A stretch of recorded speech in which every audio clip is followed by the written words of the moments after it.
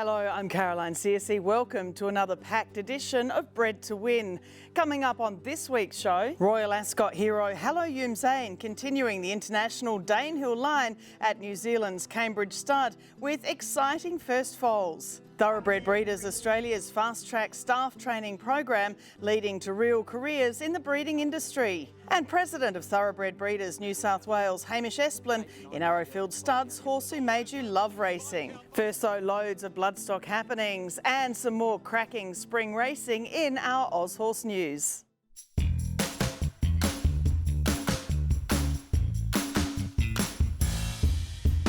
It was a joyful weekend for the connections of the mighty race mare Winx as she safely delivered a beautiful filly by Pierrot. One of the greatest champions of the modern era, the four-time Cox Plate winning earner of over $26 million, was visited by her trainer Chris Waller on Saturday morning, with the master trainer expected to also look after this bonny baby girl in the future. It was an amazing experience, quite surreal.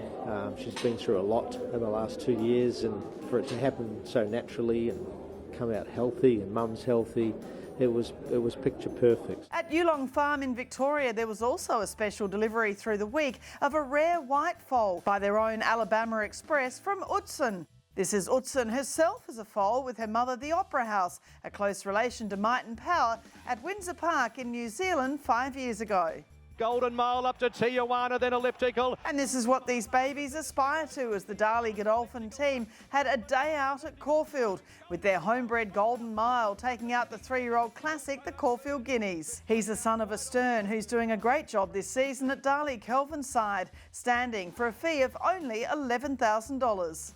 I'm thunderstruck, wearing them down, and Animo is starting to come now. James Cummings and his team also continued the grand run of now 6-time Group 1 winner Animo, who took out the Might and Power Stakes in a tough duel to the line and now heads to go one better than last year in the Cox Plate in a fortnight. Paul Learley also won the Group 2 Scalacci Stakes in a Quinella with Ingratiating, and Godolphin also had Gravina win the Listed Village Stakes. But Best of Bordeaux, he's really strong at the end. At Randwick, the Gloaming Stakes and other races were postponed later in the day, but not before Golden Slipper runner-up Best of Bordeaux won the Group 2 Roman Consul Stakes. The son of 4-time champion sire Arrowfield stud Snitzel, the colts from a High Chaparral half-sister to 4 stakes winners, including Group 1 winner and Vinery stud sire Casino Prince. He was bred by Jerry Harvey and was a $425,000 Magic Millions yearling, sold to trainer Casey Fogden and now racing for Coolmore and a team of high-profile fellow owners and breeders. This Tuesday, Inglis will hold the 2022 ready-to-race 2-year-old sale, and some lots of interest include Lot 58 by first-season sire The Autumn Sun. Offered by New Zealand's Cheltenham Stables, he was a $200,000 NZB yearling, and his third dam is the champion mare Ethereal. Lot 136 is by No Nay Never from Baystone Farm and has already taken part in an official jump out at Flemington. He's a half-brother to Gold Coast Guineas winner Mabusha. Riversley Park offer Lot 276 a gelding by Deep Field from National Anthem, a $50,000 Inglis Easter yearling who's bloomed through his preparation. His dam is a half-sister to Star Spangled Banner, with the leading New Zealand vendor selling in Sydney for the first time. The first of the Justifiers is Lot 6 from Valiant Stud from winning mare Peaceful Sea. The colt's dam sire is Fastnet Rock, who's having a stellar run in recent years as a leading broodmare sire. And the final lot of note is Lot 135 by Golden Slipper winner Capitalist from the Encosta de Lago mare Blue Carlu, a $135,000 Inglis Classic yearling from Furlong Stud. He's been prepared by new vendor Billy Healy. The sale starts at 10 a.m. this Tuesday, October 11 at Riverside in Sydney.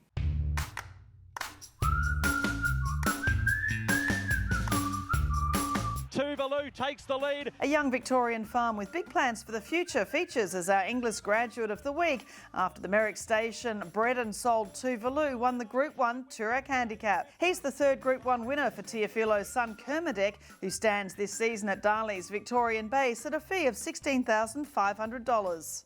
Tuvalu featured in our 2019 English Premier Yearling Sale Preview, sold by Ben Cooper's Merricks Station to Craig Rounsfell's Boomer Bloodstock and trainer Lindsay Smith. He's from the family of Epaulet, Helmet and Bull Bars.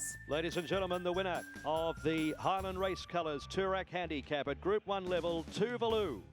With the now retired Probabile, last week's Rose of Kingston Stakes winner Exalida and many more carrying the now famous Cambridge stud colours of Brendan and Joe Lindsay to success, it is perhaps the victory of Hello Youmzain at the prestigious Royal Ascot Carnival that epitomises the new era for this historic farm. Now Hello Youmzain, a son of Danehill's Kodiak, has his first beautiful new foals on the ground.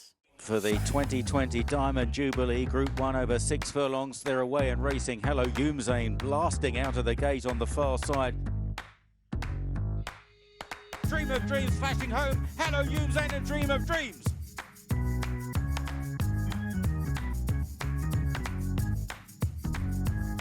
Scott, the evolution of Cambridge stud, it's continuing at the highest level, both in Australia's elite races during the spring, of course, such as the success of Exalida only last week in the Rose of Kingston at Flemington, and of course in the sales arena, you're continuing to buy the best mares to complement your young stallions. Yeah, it's really exciting. I don't think anyone could question Brendan and Joe's commitment to driving Cambridge stud into the future, but certainly, you know, with the likes of purchasing Amaralina, we haven't gone to quite that number for a mare before, so it's really exciting to add a mare with her race record and pedigree to the broodmare band. And again, it just reinforces, I suppose, the faith we have in our young stallions, in particular Almanzor.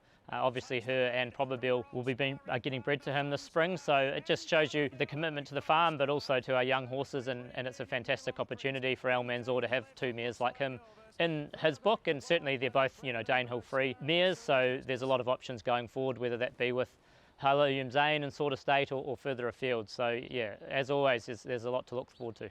And speaking of Hello Youmzain, we are focusing on him and his lovely first foals. We know he won that thrilling Royal Ascot Diamond Jubilee Stakes in Brendan and Joe's colours, plus the Haydock Sprint Cup and the Group 2 Criterium de Maison Lafitte in France. It's really great to see him back in New Zealand with that first season under his belt last spring. Yeah, he's a great addition to the stallion ranks here in New Zealand. I think we're very fortunate even to get into him in the first place as a Group 1 winner at 3 and obviously a high-class 2-year-old, but then to go that next step and win at Royal Ascot. We saw again this year the focus was back on Royal Ascot with some of the Australian raiders going up, and I guess that just showed it's a hard race to win, and he was able to do that. So it's great for his credentials coming down here, and he was well received last year. He filled up in a heartbeat last year and bred a really good book of mares. I think over 50 of them were either stakes winners or Damser stakes winners. So he's got great momentum coming into his second season, and certainly what we missed last year because of COVID was our stallion parades were all cancelled and a lot of people didn't get to lay their eyes on him. So this season it's been great for more people to see him in the flesh, and he's a real kind of wow horse when you see him for the first time. A big, powerful, from our stallion parade, I think he got a lot of people talking because, you know, people hadn't got the opportunity to see him the first year.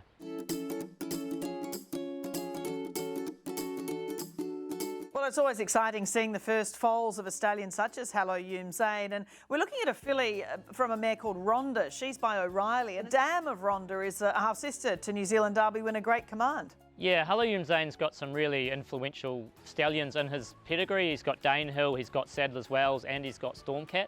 So I think a horse like O'Reilly, who A is a great broodmare sire, but B is a more colonial outcross, I think is a horse that's a really interesting cross with Hello Youmzain, and certainly Kodiak's crossed well with Last Tycoon up north. So it's a really good cross on paper, but this filly was actually the first ever one born, and I'm sure you've heard on your show every stud farm say the first foal's a cracker, but from day one has been a bit of a pin-up foal for us. Bred by a client, Justin Wong. Rhonda herself was a fast 2-year-old. She won her first start and raced in a Cracker Million before breaking down. So she had a bit of ability, and physically looking at this filly, she's what you'd expect from an early maturing fast style of horse. She's just got great strength, constitution and bone, and a particularly strong hindquarter. So she certainly looks the part of a horse that's going to get up and go pretty early, you'd think. Here we're looking at a colt from Diamond Dream. Now, she's a Fastnet Rock mare, and what a great run as a broodmare sire Fastnet Rock's having. Diamond Dream's a half-sister to one of my favourite New Zealand horses of all time in the Rosehill Guineas winner Jimmy Shue. Of course, he was second in a Cox Plate, and she's also a half-sister to Group 1 winner Miss Wilson. Yeah, Diamond Dream's a very well-bred filly herself. She's a half to two Group 1 winners and cost $500,000 as a Sydney Easter yearling. So I guess it's not surprising she's produced a nice foal, but certainly as far as first foals go, it's a really great result for the breeders, Xavier and Beatrice Koss. A lovely frame for a first foal, good strength and moves particularly well, and that's one of the hallmarks, I think. As much as Hello Youmzain's a strong sprinting type, he's an exceptional mover. He's just got a lovely action. This foal looks like he moves along really well, and you go to the sales with a horse that's big and strong and walks well, it certainly makes things a bit easier from a commercial side of things. And throwing a first foal like this, it's nice to have a stallion on the roster that you can send a maiden mare to and have a bit of confidence he's going to put some size and substance into that first foal. This is another colt from a mare called Steer by the Stars, a pivotal mare. So this is a three-quarter brother to Kodiak's Never Back Down, who's been a listed winner in the UK. And it's a really international family, isn't it? It's funny how things can work out sometimes. So John Foote bought this mare out of Tats for Brendan and Joe before they were involved with Cambridge Stud, and she was brought down to New Zealand, and subsequently her first foal, which is a son of Kodiak, became a stakes winner. So that on its own was great, and then fast forward, here we are sending a Group 1 winning son of Kodiak. So she was a pretty obvious one to send to Hello Youmzain this year, and she got in foal early. She's produced a lovely colt. Again, great strength, very nice hind quarter. Looks like a horse that'll get up and going pretty quickly, and the mare's already back and foal to Hello Youmzain. So they're a perfect match for each other, and dare I say it, they'll probably be married together for a little bit longer, I would say, because it's a match made in heaven, really.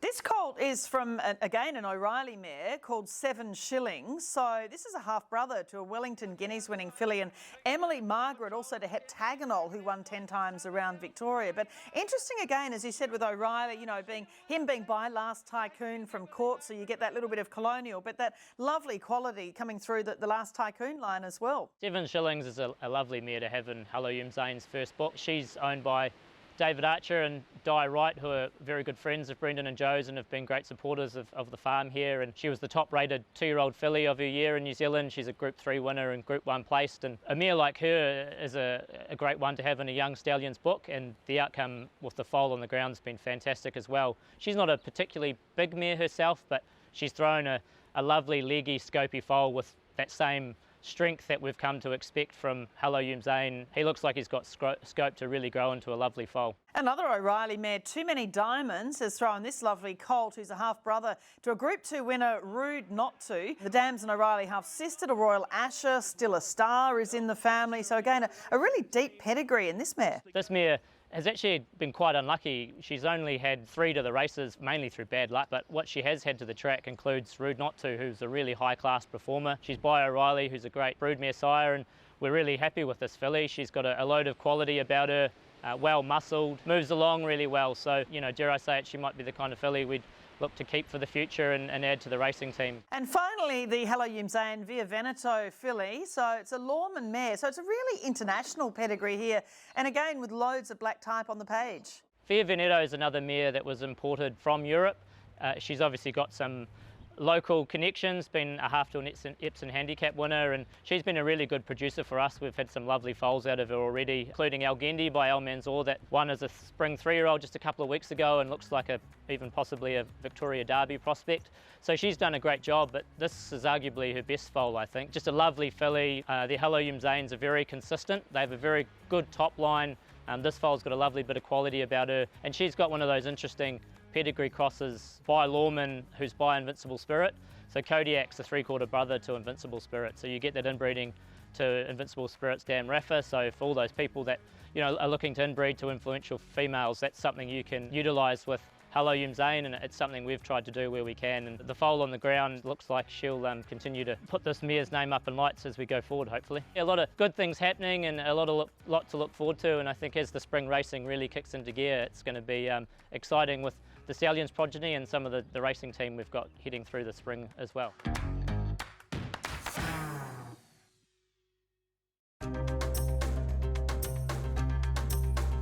G1 Goldmine has found some great statistics for Hello Youmzain through both his sire by Danehill Kodiak and his dam sire Shamadal through other influences such as Machiavellian. You can see that in Hong Kong star Scintillation and his multiple group winning sister Shania Dane, and through Sadler's Wells in champion filly Peeping Fawn and Group 1 winning 2-year-old Horatio Nelson, who sadly died before a stud career. Those successful crosses have an ideal success rate around a mile. When looking at the Kodiak sire line, the cross with Hello Youmzain's dam sire Shamadal and his sire, the Iron Horse Giant's Causeway, is the most successful. Namid through the Ahanura line, Khalif through the Green Desert branch of the Danzig sire line, and Pivotal through the Nureyev line of the Northern Dancer dynasty all have impressive results.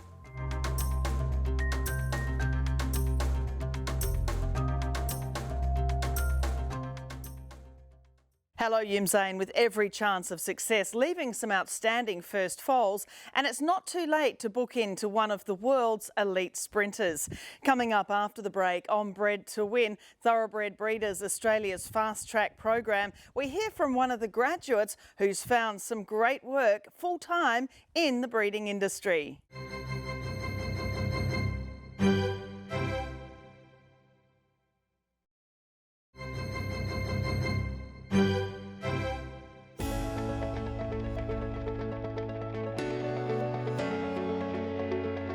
It's La Creek to the roar of the locals. She's got 4-5 lengths on them here. A New Zealand Group 1 that could have bearings on the Australian Spring features in our Cambridge Stud Performance of the Week.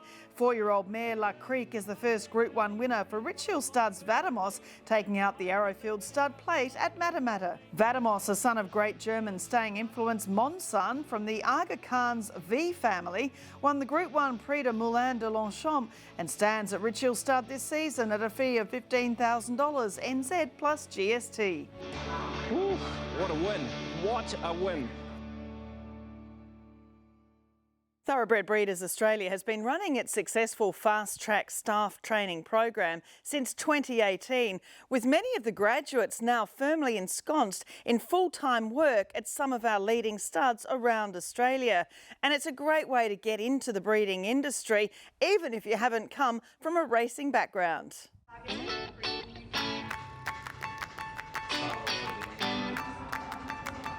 Cecilia, a lot's happened with the fast track program that Thoroughbred Breeders Australia runs since we last discussed it. Tell me how you've seen the progression over the years that it's been in operation. Yeah, you're right, Caroline. So we started fast track back in 2018, and this May we've just had our 5th intake come through the program, and it certainly has really grown and developed over the years. We've gone from having 1 interstate trainee each year to this year having our biggest intake of interstate trainees with 7. So we've got students now placed in Victoria, we've got students in South Australia. It's amazing to see it grow and the reach that we've now got, and to be able to help farms all around the country. Being a national program, that's really important to us. Fast track is open to everyone right around the country, and it's really important that we've got students placed in as many states as possible. So they first get together at the start at TAFE in Scone for 4 weeks for an intensive learning block. In that space, it's the first time some students have seen a horse for the first time, so it's definitely a learning experience for the whole group. And throughout that 4 weeks, they're piled on with assessments, they're in class, they get out to the stables a bit, and TBA also do a great job trying to develop their life skills as well. So we put them through some training on quad bikes, health and safety. We also do a big space on mental health and looking after well-being while they're on farm as well. So we also try and get other learning aspects alongside the farm and of course their horse experience. After that 4 weeks, they're then headed off to their farm all over Australia. So their placement, they know about that before the 4 weeks, but they don't actually go to farm before then. They then spend the first couple of months getting familiarised before the breeding season, and then they're back at TAFE late November, early December for another 2 weeks of intensive learning for yearling preparation and modules there. And then they're back to the farms and back to TAFE in May for their graduation, hopefully. Fast track was great. We got to, learn and experience every side of the breeding industry, which I knew absolutely nothing about at the time. So getting to, you know, do yearling prep and then also work with mares and foals has been amazing, and love working with them. We've been lucky enough to be involved with Fast Track. We've had trainees from Fast Track for the last 4 years. All of them are still part of our team here now. Sarah was the first of those 4. She's now supervising our foaling area. So it's great that I guess we've been part of her career. Yeah, love working with the neonates. It's great to see new lives coming into the world and then being able to follow them on into the sales ring is amazing. She found Fast Track and Fast Track found her, so there was an enthusiasm for her to try and be involved in the industry, to try and learn about the industry, and they're great people to get. If they've got that willingness to learn and an enthusiasm to learn the skills and also learn about how the industry operates, then they'll be great employees. Some people have watched races and been these incredible athletes. I want to be involved there. Some come from pedigree side and I want to be a breeder. They may not know that, but they love the science behind the matings and everything there. And some just want a different career change. So as you know, Jimmy's had a previous career change, and we've had an electrician in the past, a plumber. So sometimes you just need a different direction in your life, and it's a new industry and there's so many opportunities that come with it. Working on a thoroughbred farm it's hard work. It's, you know, there's nights, there's weekends. It's not easy, but it's a fabulously rewarding career. Our industry can offer things that other industries can't offer in terms of excitement, in terms of opportunities to work overseas, you know, in terms of being able to work outside, working with beautiful animals. So it's great to have those initiatives like Fast Track to try and promote the industry, to try and find the people, to try and give them a path. And then obviously we play our part in, you know, when they're on the program, and then they go out and can forge their own careers in the industry. So I think coming into the course, students that do really well, they have a great work ethic and a great attitude. And you know, I think they are your 2 biggest assets in life. So if you come in with that open mind, you're happy to get in, roll up your sleeves and do the job, ask questions, engage with the farm, you know, they'll give you so much time and they will really, you know, they will invest in you and your future. So I think that's the advice I always give to new people starting in the industry is, you know, if you, work ethic and attitude and you come in with those 2 things, really you've got so much opportunity in front of you. Well, my email box is always open, so if you have any questions about Fast Track, please don't hesitate to contact me, and my contact information is on the Thoroughbred Breeders Australia website. We also have our social media website. We've got lots of information on our TBA website under Fast Track. And social media, we do try and follow our trainees at the moment as much as they can on farm, and share that information with our audiences as well. So any questions, we love to hear from you.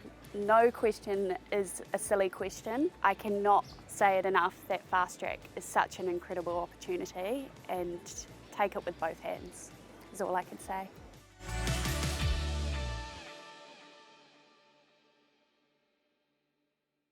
Wonderful work being done there by Maddie and the team. And if you want to know more about the Fast Track program, have a look at the Thoroughbred Breeders Australia website. Coming up on Bred to Win, Thoroughbred Breeders New South Wales President Hamish Esplin with a beautiful black horse who probably should be on the Cox Plate honour roll. In Arrowfield Studs, the horse who made you love racing.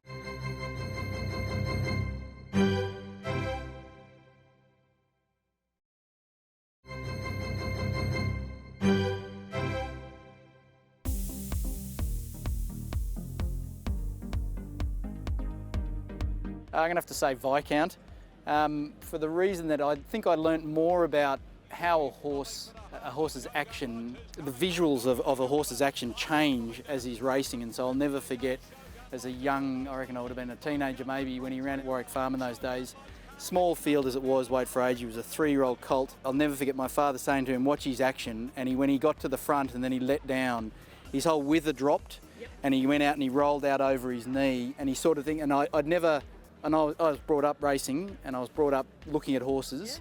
I, for the first time, realised the mechanics of a horse and how important it was, and what it meant to see an elite horse going as fast as it possibly can go and how to spot that and then try to translate that to seeing it again. And he really should have won a Cox Plate, shouldn't he? I mean, he really was of that elite level, and an exciting black sort of horse too. So captivating for a young person. And for me also the bloodlines, you know, a son of Quest for Fame who was, you know, an imported stallion, won the Derby, and then you get this elite colt that, you know, to race a 3-year-old colt out of his age at weight for age and then go to a Cox Plate. I mean, I lost a lot of money on that race. Haven't forgiven that protest. Unfairly. That really impressed upon me that there was something deeper and richer than what you just saw in a race book or what the result of a race. There was this, the mechanics and the movement of a horse and how to spot when a horse is doing it well and when a horse is not doing it well.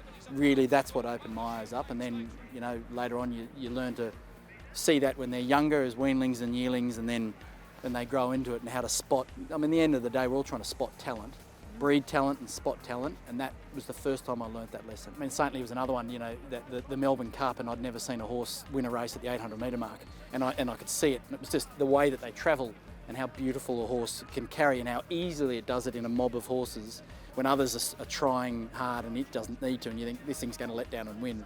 And then it does. So the hard thing today with instantaneous grabs on Twitter and 5-second videos and parade videos of yearlings is that it's all take and leave it. It's sort of junk food. I love it. I watch it. I would do Twitter to everyone else. But the deeper understanding of the horse, you really need to be around people who've spent their life in it. And that was a fortunate thing for me to just go to horse sales and the races every Saturday. And that's what you learn is the longer story of the racing and the breeding of horses rather than just the 2-second grab that you go, oh, there's, you know, everyone remembers this race, and then you tend to forget about, you know, what Maccabee Diva was like before she became famous, as it were, and the time given, and, you know, Bart was obviously the figurehead of pretty much every wisdom we have in racing, in my view.